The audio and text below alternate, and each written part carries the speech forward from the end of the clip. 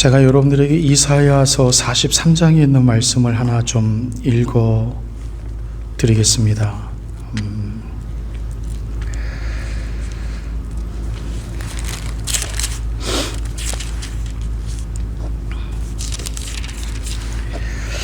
이사야서 43장은 예수님의 고난에 대해서 언급하는 내용이 나와 있는 참 유명한 성경 구절인데요.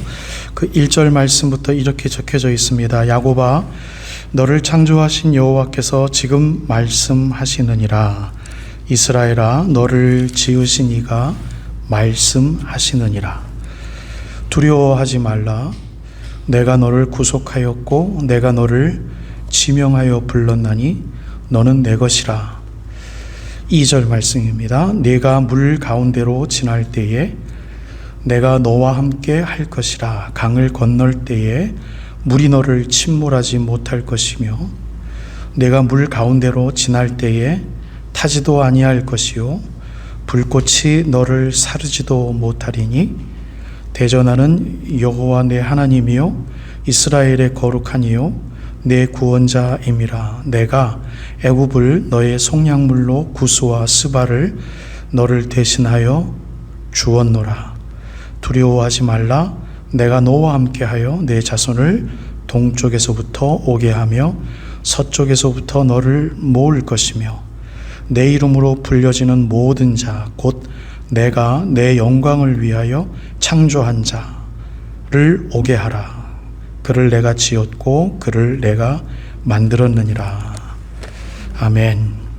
이사야서 43장 1절에서 7절까지 제가 석절을 스킵하고 넉절을 읽어드렸습니다.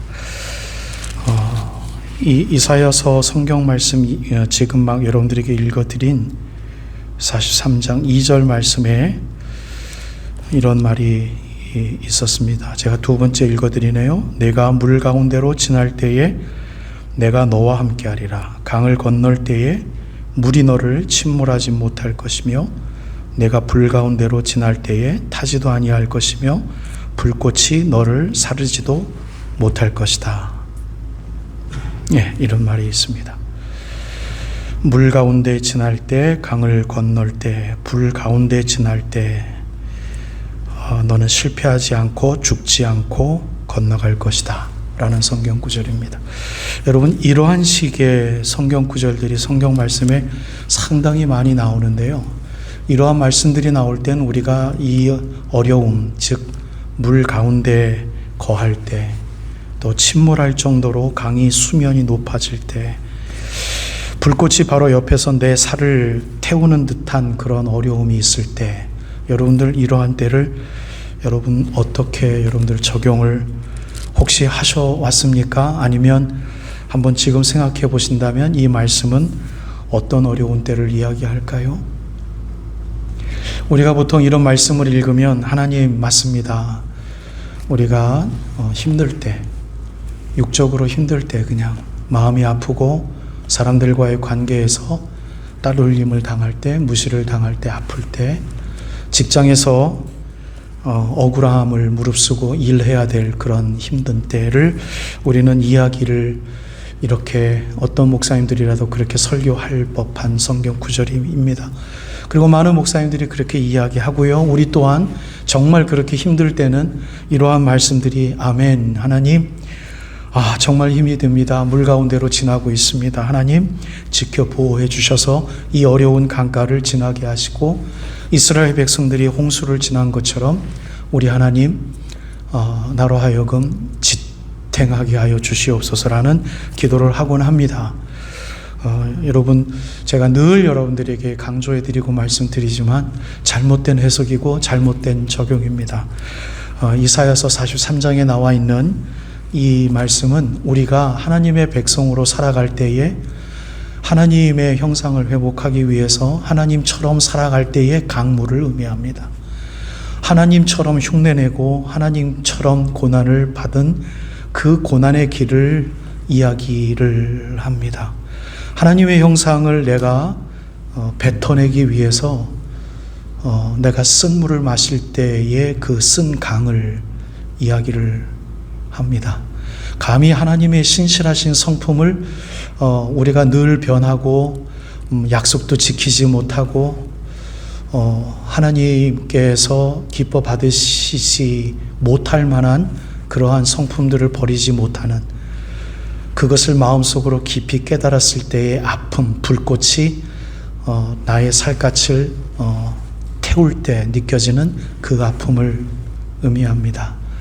그래서 오늘 본문에서도 요한이 오늘 우리들에게 노골적으로 너무나도 잘 가르쳐주고 있습니다.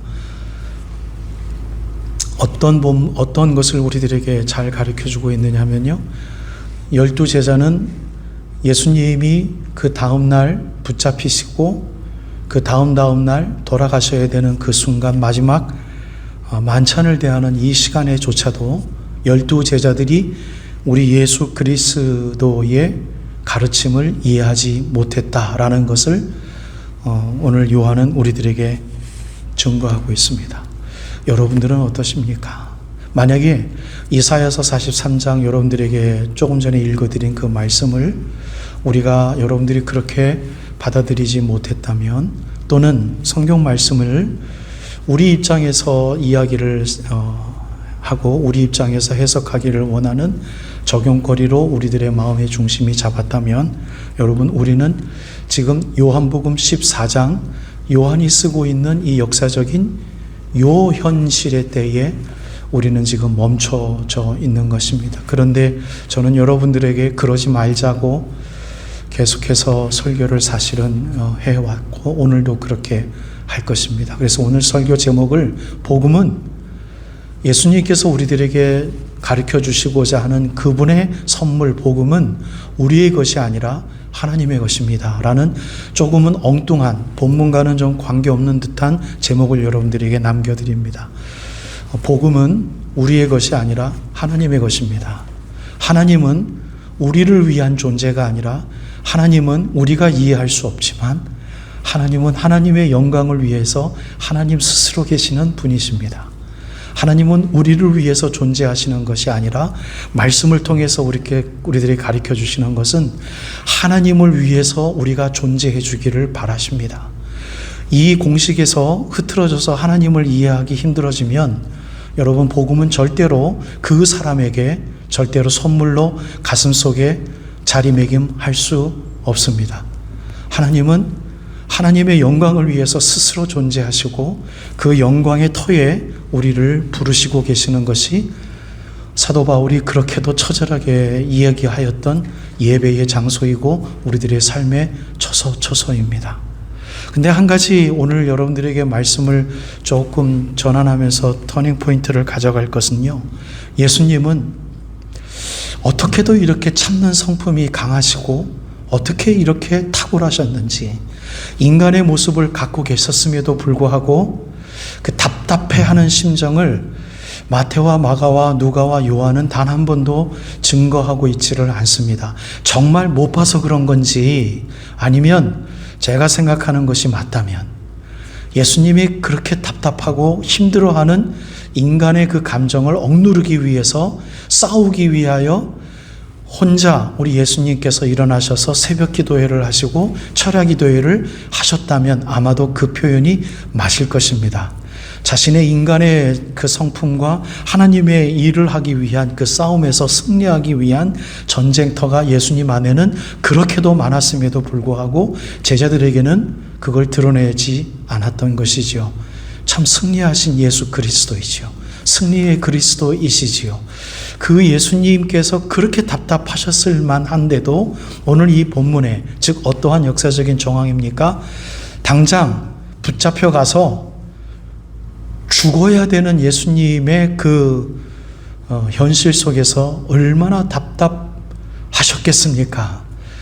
내가 가는 길 너희들도 가야 되고 이해해 줬으면 좋겠다. 그 길은 너희들이 안다라고 이야기를 했는데 갑자기 도마가 얼마나 도전적으로 예수님 앞에 대들듯 질문을 합니까?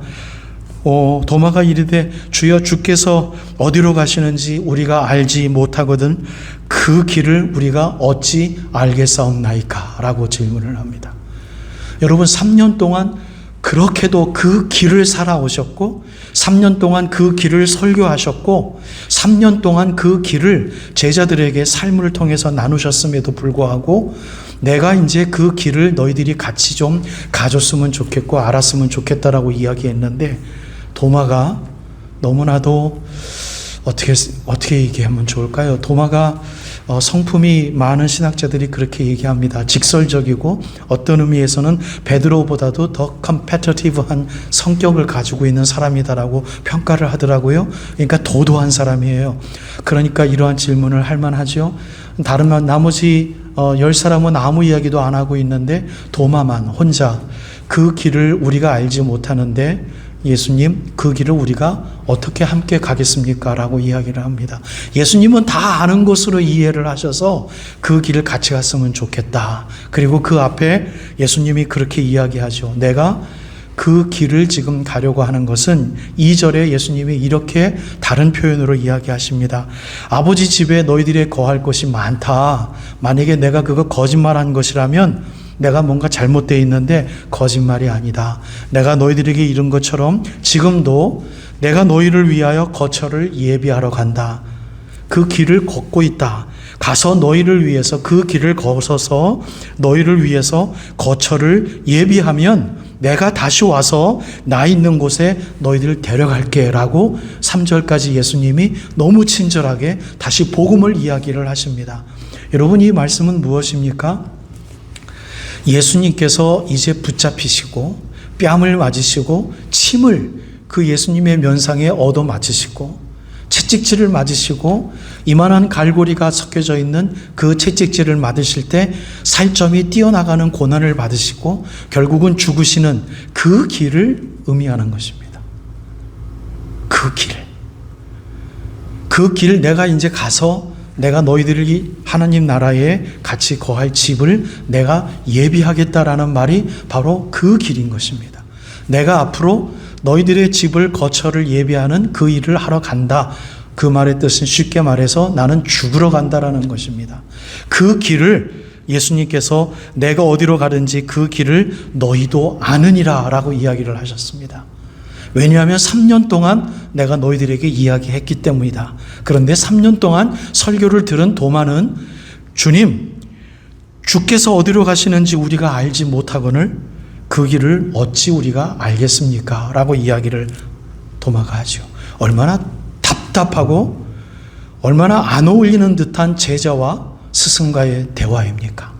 여러분, 만약에 우리가 기도를 하고 있고 하나님과 대화를 나누고 있는 예배의 삶을 살 때 우리가 지금 도마처럼 예수님에게 간구하고 예수님이 원하시는 것을 24시간 쉬지 아니하시고 성경 말씀으로 많은 목사님들의 설교로 우리들의 양심적인 마음밭에서의 깨달음으로 많은 사람들과 대화를 통해서 우리보다 앞서가 있는 경건한 사람들의 대화를 통해서 우리들에게 예수님께서 말씀하시고 계시는 그 말씀을 만약에 우리가 이해하지 못했다면 그 순간 하나에 우리들을 친구의 대화를 통해서나 말씀을 통해서 내가 가는 길은 이거야.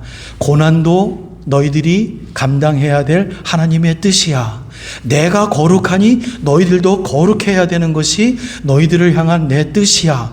그 거룩의 끝길은 감사야. 비록 감사할 것이 없어도 감사해야 돼 하는 듯한 예수님이 원하는 복음을 우리들에게 뿌려댈 때 여러분, 우리는 뭐라고 대답을 할까요? 그 길을 내가 모릅니다. 하나님, 내가 그 길을 어떻게 가겠습니까? 라고 질문을 여러분들 하시겠습니까? 아니면 그 순간이라도 되돌아와서 하나님 죄송합니다. 여태껏 그 복음이 나의 것인 줄 알고 내가 복음의 길을 내가 만들어서 내 길을 걸어왔나이다. 하나님 용서해 주십시오라고 돌아오겠습니까? 사랑하는 여러분, 저는 여러분들에게 축복의 말씀을 드릴 수밖에 없어요. 이 복은 주님이 원하시는 복이시고 이 복은 주님께서 이미 선포하신 복이기에 어느 누구도 변절시킬 수 없으며 어느 누구도 잘못 전할 수 없으며 어느 누구도 이 복음에 대하여 하나님 앞에서 창피함을 느낄 수 있는 듯한 그러한 처절한 인간 밑바닥을 헤매는 듯한 인간의 어떠한 인간의 구조에서 나온 말씀이 아닙니다. 이것은 우리가 이해할 수 없고 우리가 영원토록 가슴으로 품어야 될 하나님의 말씀인 것입니다. 근데 그럼에도 불구하고 예수님은 왜 3년 동안 내가 너희들에게 그렇게 부르짖었는데 그 길을 모른다고 하니? 저 같으면, 제가 선생이었다면 울 것 같아요. 왜? 몇 시간 후면 이들을 이 땅에 홀로 버려두고 나는 죽으러 가야 되겠기 때문입니다. 다시는 이들에게 말씀을 설득할 수 있는 시간이 없기 때문입니다. 저 같으면, 제가 선생이라면 울 것 같아요. 채찍질을 때릴 때가 이미 너무 시간이 지났지요. 그럼에도 불구하고 예수님은 마지막 6절에 이렇게 이야기하시지요. 예수께서 이르시되 내가 곧 길이요 내가 곧 진리요 내가 곧 생명이니 나로 말미암지 않고는 아버지께로 올 자가 없다라는 복음을 다시 한번 이야기하십니다. 그렇게 3년 동안 복음을 이야기하셨음에도 알아듣지 못한 그 고백을 들었음에도 불구하고 예수님은 다시 엑기스와 같은 마지막 복음 중의 복음인 내가 곧 길이요 내가 곧 진리요 내가 곧 생명이니 나를 통하지 않고서는 너희들이 그렇게도 사랑한다고 고백하는 하나님 앞에 갈 자가 아무도 없느니라 라고 하는 복음을 이야기하십니다. 여러분들 정말 하나님을 믿으십니까? 라는 질문을 드리면서 마지막 결론으로 여러분들의 말씀을 초대합니다. 정말 죽은 다음에 하늘나라를 갈 것을 소망하십니까? 그리고 하늘나라가 있다라는 것을 믿으십니까? 많은 사람들은 이 하나님의 천국에 대해서 오해하고 있는 것 같아요. 많은 사람들이 오해할 수 있도록 신비주의자들이 잘못된 논리로 하나님 나라에 대해서 이야기했기 때문입니다. 제가 신학대학원을 80년대에 다닐 때에 신학학을 가르치셨던 신모모라는 목사님이 계세요. 교수님이세요. 그때 당시만 하더라도 미국 유학파가 그리 많지 않았던 교수진을 갖고 있었던 때입니다. 그래서 미국에서 박사학위를 받고 돌아오면 거의 신이었어요. 신이었어요. 얼마나 학생들이 그 교수님들 뒤에서 줄을 타면서 공부를 많이 하려고 하기를 원하는, 학자가 되려고 하는 사람들이 줄을 섰는지 모릅니다. 여전히 그 신 교수님 밑에도 탁월한 신학학 학자였기 때문에 많은 사람들이 그 교수님 클래스가 끝나면 너도나도 서슴지 않고 교수님 연구실에 가서 교수님과 친하게 지내려고 교수님 따라다녔던 사람들이 많았었습니다. 그 교수님이 마지막 은퇴하시고 연로하신 다음에 책을 하나 쓰셨어요. 천국을 보고 왔노라. 네, 천국을 보고 왔노라. 그 책은 꽤 두꺼운 책입니다. 이만큼 두꺼운 책인데요. 천국을 보고 왔노라. 그래 놓고 사도 바울이 본 천국과 자기가 본 천국을 비교 검토해 가면서 1층에는 뭐가 있고 2층에는 뭐가 있고 3층에는 뭐가 있고, 그리고 바로 지하에 들어갔는데 바로 지하에는 다른 것이 아니라 지옥이었더라 라고 하는 자기가 보고 온 그 천국과 지옥에 대해서 책을 꽤 두껍게 썼습니다. 날개 돋치듯 팔렸습니다. 날개 돋치듯 팔리고, 그 책을 펼쳐진 이후에 그 교수님은 대학 때 벌지 못했던 돈을 많은 교회를 부흥성에 가시면서, 부흥성이라는 말을 제가 잘못 쓴 것 같아요. 근데 그렇게 많은 사람들이 부르니까요. 그리고 쉬지 아니하고 일부 예배, 몇 부 예배, 주일날 쉬지 않고 꽤 큰 교회에 집회에 가시면서 자기의 책을 증거하고 자기가 보고 온 천국을 증거합니다. 어떤 교회에서는 예배 끝난 다음에 급작스럽게 성도들이, 많은 사람들이 원해서 세미나 같이 밥맛 먹고 몇 시간 동안 질문을 받고 대답을 하는 그러한 세미나 시간도 가졌던 것을 제가 기억을 합니다. 저도 그 책을 한 3분의 1 정도 읽었었습니다. 근데 그 다음에 제가 어떻게 했는지 여러분들은 아시겠죠. 성경책에 있지 아니한 천국을 보고 온 것을 많은 사람들이 보게 한 웬만한 이단 교주 버금가는 잘못된 논리를, 잘못된 지식을 많은 사람들에게 펼쳐진 죄인 중에 죄인이 되었습니다. 그렇게 해서 그러한 책들이 날개도치듯 팔리는 이유가 뭘까요? 바로 복음이 우리 건 줄 알아서 그래요. 복음에서 말하는 천국이 우리 거여만 돼야 되는 거예요. 우리가 더 많이 알았으면 좋겠는 거예요. 하나님의 말씀이 이 세상에서도 make sense 되기를 원하는 거예요.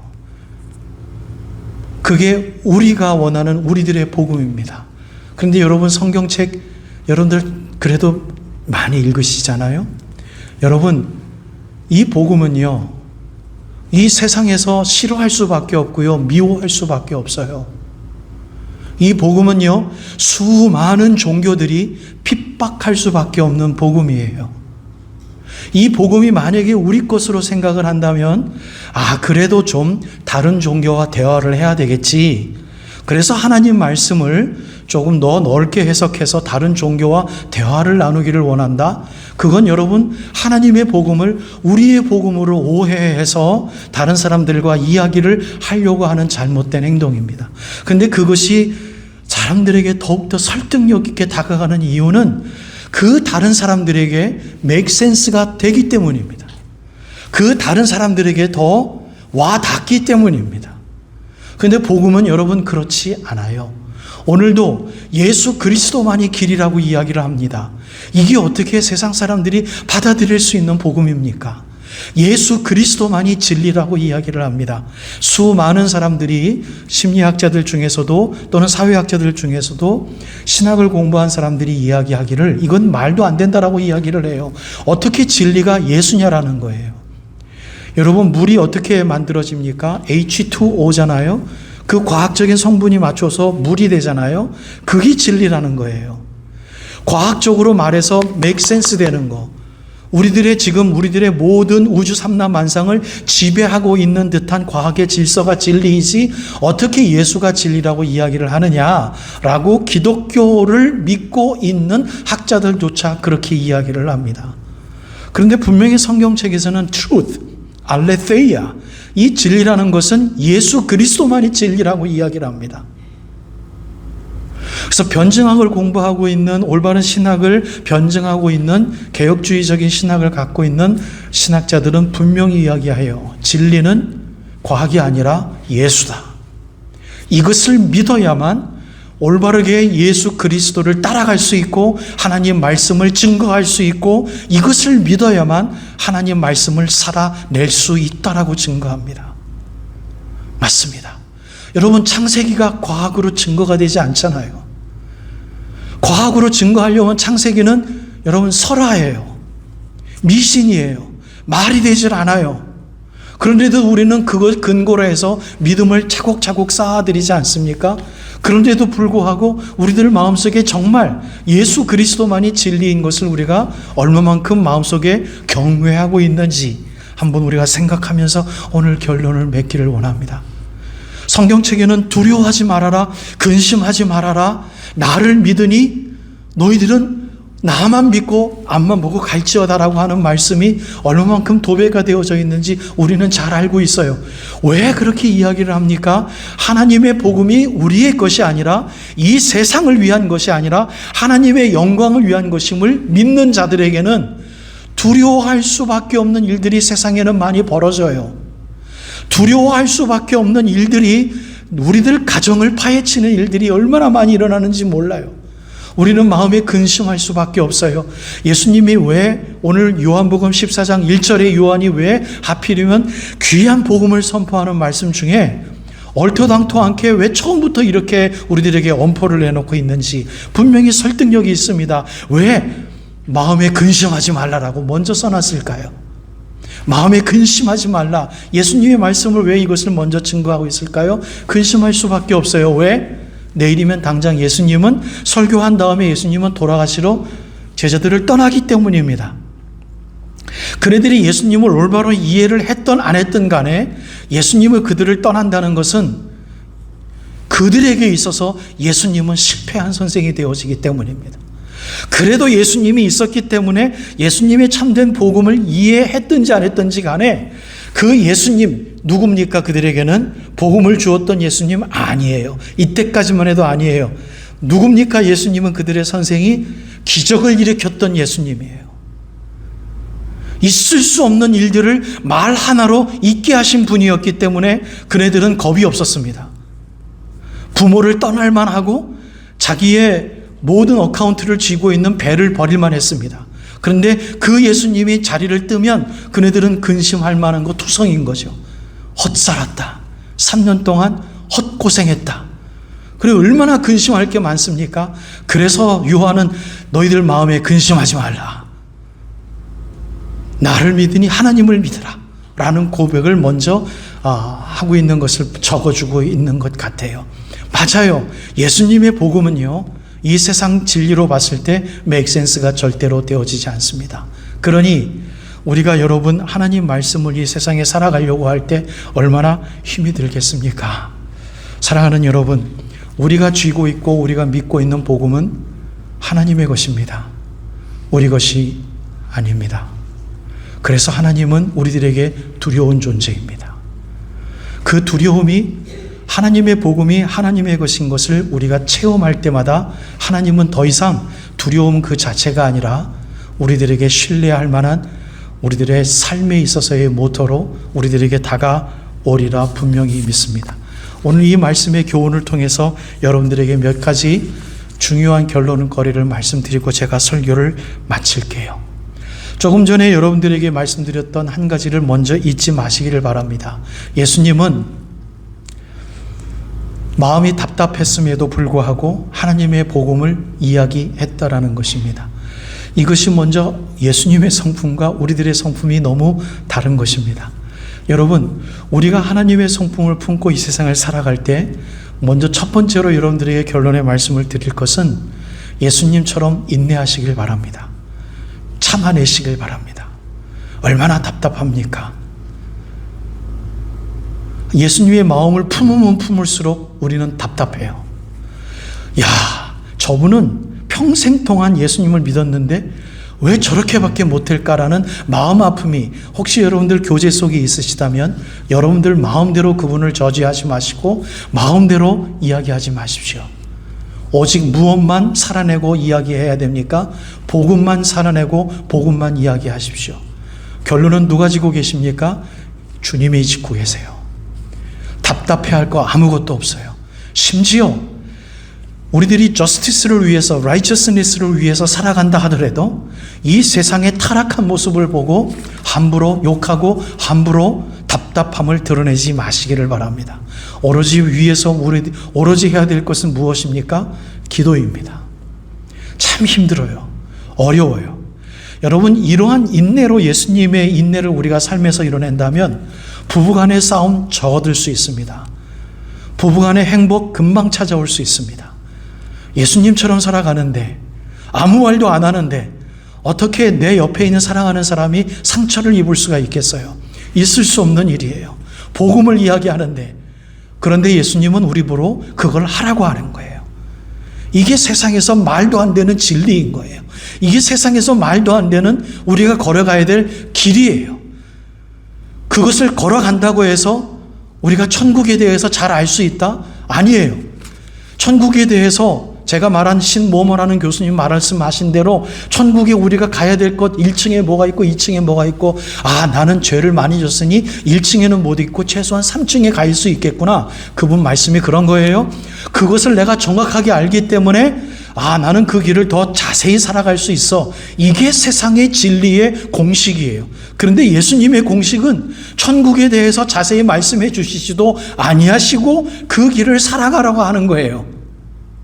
답답하면 예수님도 가르치면서 이건 이런 거야 라고 구체적으로 설명해 주실 텐데 예수님은 묵묵부답으로 내가 곧 길이요 진리요 생명이니 나로 말미암지 않고는 하나님께로 올 자가 없다라고만 말씀해 주시고 예수님이 3년 동안 살아내신 모습만 드러내 주시고 아무것도 이야기하지 않으시고 돌아가셨어요. 우리는 그것을 생명의 주라고 믿고 오늘도 예배드리고 있으며 그분이 남기신 말씀을 듣고 있습니다. 얼마나 답답합니까? 나도 모르고 있고 나한테 상처만 주고 있고 나한테 손해만 주고 있는 듯한 이 세상을 참고 견디라니요. 이게 말이 됩니까? 이게 말이 됩니까? 근데 주님이 그렇게 살라고 이야기하시는 거예요. 먼저 그것을 여러분들 꼭 기억하셔서 조금 더 시간을 갖는 게 어떨까요? 말하기 이전에 조금 더 시간을 갖는 게 어떨까요? 우리가 거룩이라는 시간을 빼앗기기 이전에 조금 더 시간을 우리가 투자하는 게 어떨까요? 어디에? 감사의 시간으로. 우리가 조금 더 시간을 투자해서 하나님을 한번 흉내내 보면 어떨까요? 용서하면서. 앞으로 한 주간은 조금 더 한 번 더 견뎌내면 좀 어떨까요? 내 돈을 남을 위해서 한 번 더 쓰면서 말입니다.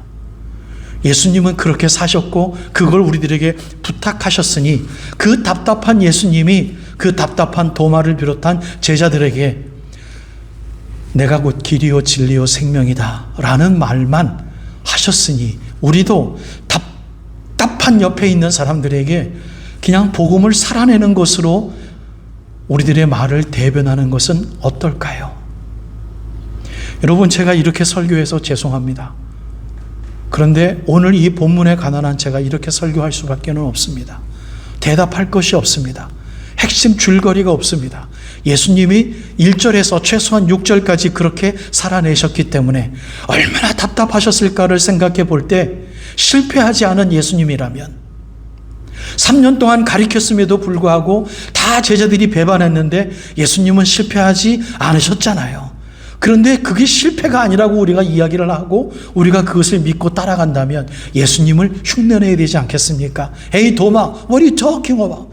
내가 얼마나 강조해야 되겠냐라고 예수님은 말씀하지 않으셨어요. 화내지 않으셨어요. 또 한 번 얘기했습니다. 복음이 길이요 진리고 생명이다라는 겁니다. 몇 가지를 더 말씀드리고 기도하겠습니다. 하나님과 우리들과의 관계의 회복을 위해서 예수님은 복음을 말씀하셨습니다. 그래서 복음은 하나님의 것입니다. 우리가 배반한 하나님이 먼저 우리를 찾아오신 것입니다. 여러분, 이것을 우리는 잘 알고 있어요. 두 번째로 얘기하는 것은 하나님 앞에로 가는 것은 우리가 하나님을 알기 때문에도 아니고요. 예수님이 그렇게 우리들에게 증거하기 때문입니다. 그래서 그 방법은 예수님이 길이요 진리요 생명이기 때문에 여러분, 예수밖에는 없어요. 복음을 공부할 수밖에 없어요. 공부한 말씀을 살아낼 수밖에 없어요. 여러분, 살아낼 때 우리 주님께서는 말씀하셨어요. 평안을 주시겠다고요. 우리들의 마음과 생각을 지키시겠다고요. 그러니 예수밖에 없어요. 우리가 지칠 수밖에 없지만 여러분, 이 예배 시간, 설교 시간만큼이니 여러분, 이 말씀을 우리가 지켜낼 기도밖에는 없어요. 셋째는 그것이 더욱더 힘들어지는 게 세상의 현실과 너무나도 다르기 때문입니다. 너무나도 다르기 때문입니다.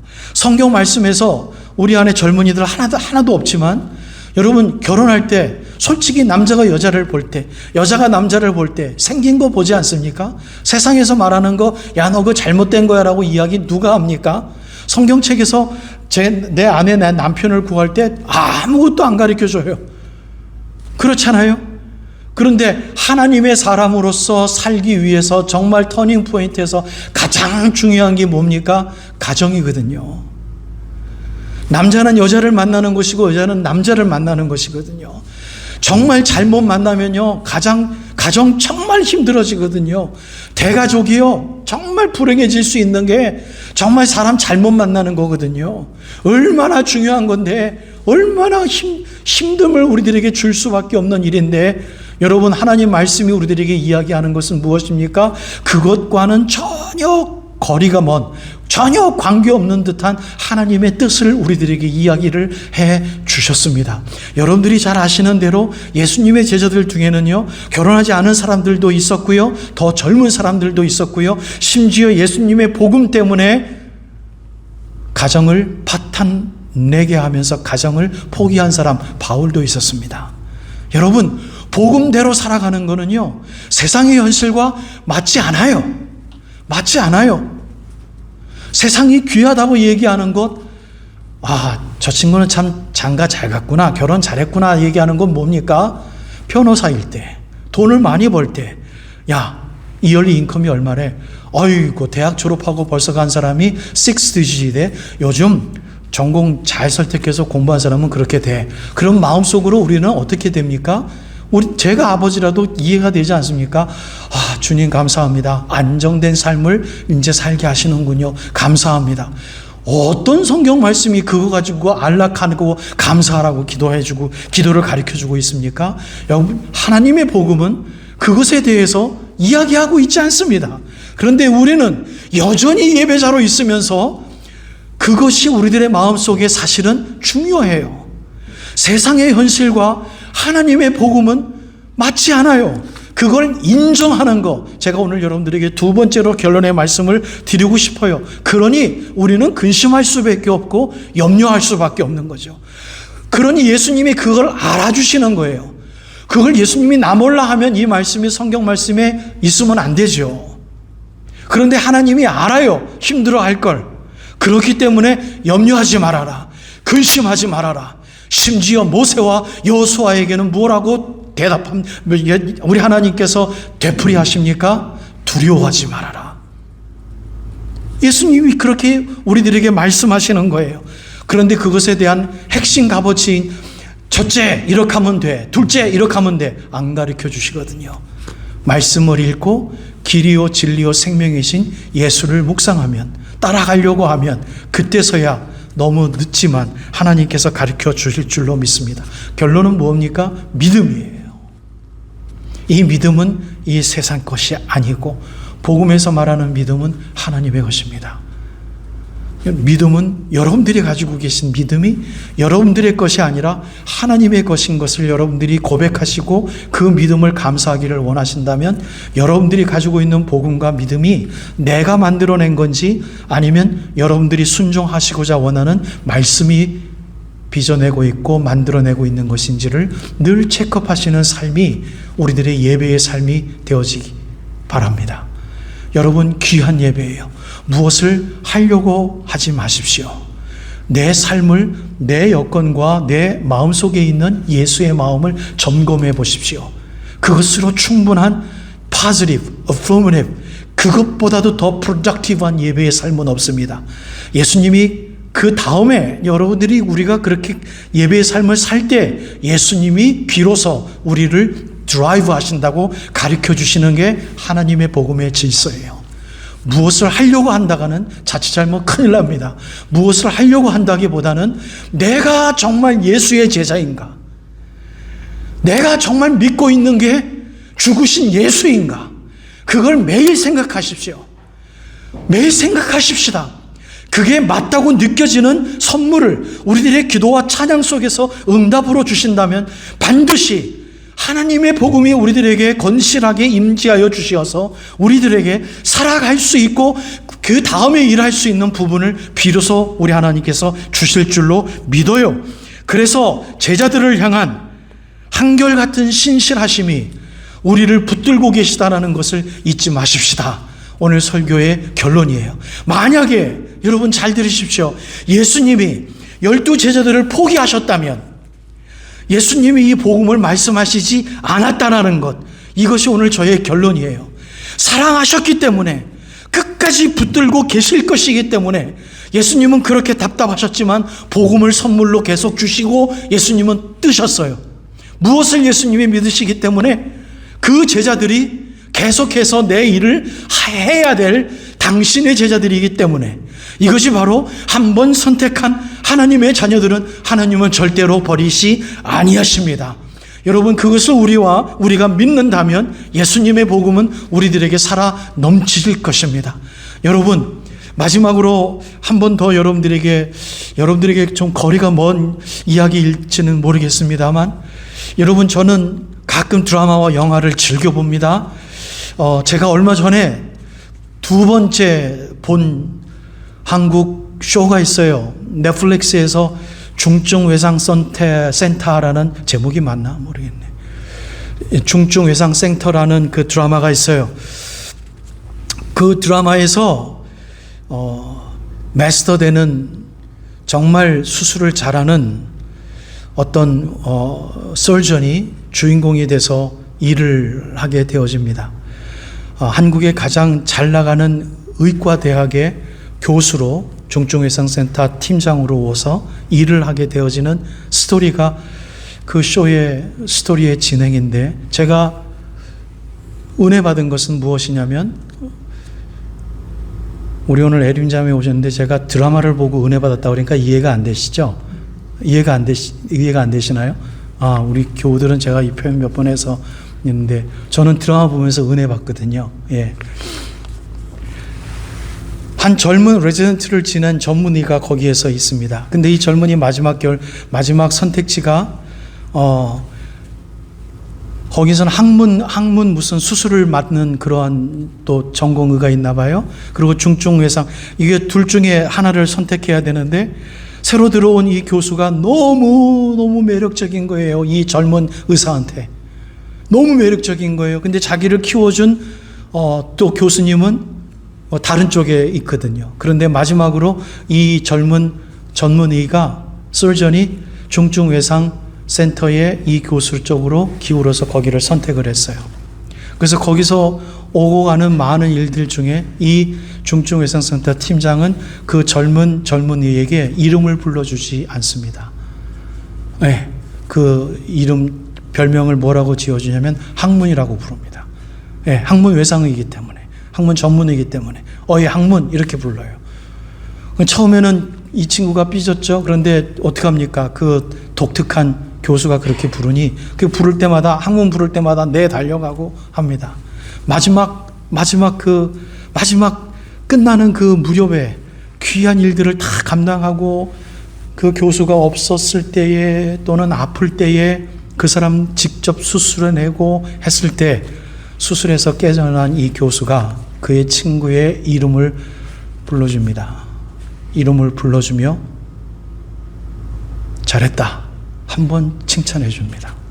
저는 거기서 첫 번째 볼 때도 울었지만 두 번째 볼 때도 울었습니다. 그리고 생각난 성경 구절을 오늘 여러분들에게 전달해 드리려고 이사야서 43장을 여러분들에게 읽어 드린 것입니다.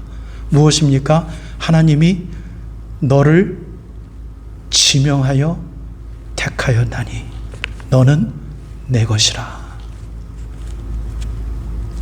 거기서 이름을 부름받은 이 젊은 외과인은요,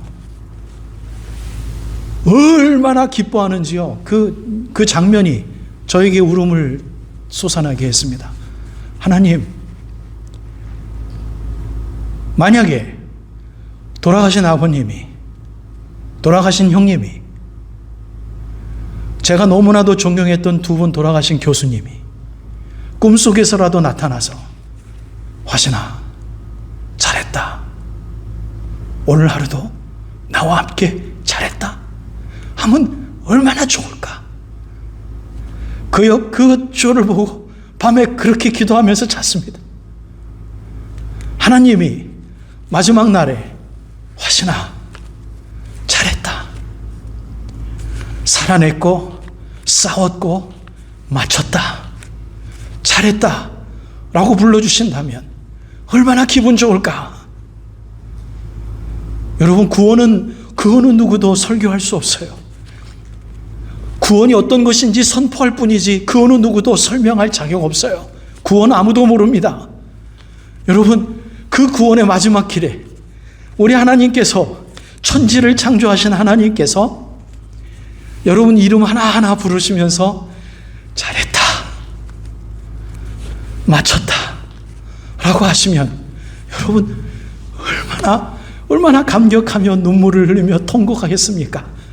그리고 친히 손으로 우리들의 눈물을 닦아주실 때, 그게 성경책 몇 장 몇 절 그 말씀이었는데, 내가 따뜻한 하나님의 손바닥을 경나이다, 하나님 감사합니다 라고 내가 평생 동안 불렀던 내 인생의 찬송의 레퍼토아를 하나님 앞에 부를 때, 내 주를 가까이 하게 함은 부를 때, 여러분 하나님의 그 잔치, 천국 잔치는 얼마나 우리들에게 기쁜 잔치가 될까요? 여러분 부탁드립니다. 복음은 내게 아니라 하나님 겁니다. 하나님의 나라로 우리를 오라고 부르는 겁니다. 우리들의 만족이 있다면 잘못된 거예요. 하나님의 만족을 위해서 살아가는 거예요. 세상과 너무 다르기 때문에 여러분, 우리는 하루하루 힘들 수밖에 없어요. 강물에서 헤맬 수밖에 없고요. 내 뼈가 타들어갈 수 있는 그러한 불꽃에서 우리는 살 수밖에 없어요. 단지 무엇이라면 말씀을 하루하루 살아내고 있다면 여러분, 우리는 힘들 수밖에 없어요. 돈 때문이 아니에요. 건강 때문이 아니에요. 여러분, 이렇게 말해서 미안해요. 복음 때문이에요. 주님의 살아가신 복음 때문에 여러분, 그 하루하루의 길을 살아간다면 너무나도 마음 아픈 말을 옆에서 하지만 예수님처럼 복음만 살아낼 수 있도록, 복음만 이야기할 수 있도록 하나님이 하실 수 있는 시간을 하나님의 시간대에 맞춰드리고 우리는 그냥 한평생 살다 죽으면 안 될까요? 사랑하는 여러분, 복음은 내 것이 아니라 하나님의 것입니다. 말씀의 물속에 들어가셔서 싸우시고 마치시고 걸어내시기 위하여 주님 가르쳐 주신 기도를 골방에 들어가셔서 하심으로 하나님께서 함께 하심의 힘을 공급받으실 수 있는 주님의 제자들 되어지시기를 주님의 이름으로 축복드립니다.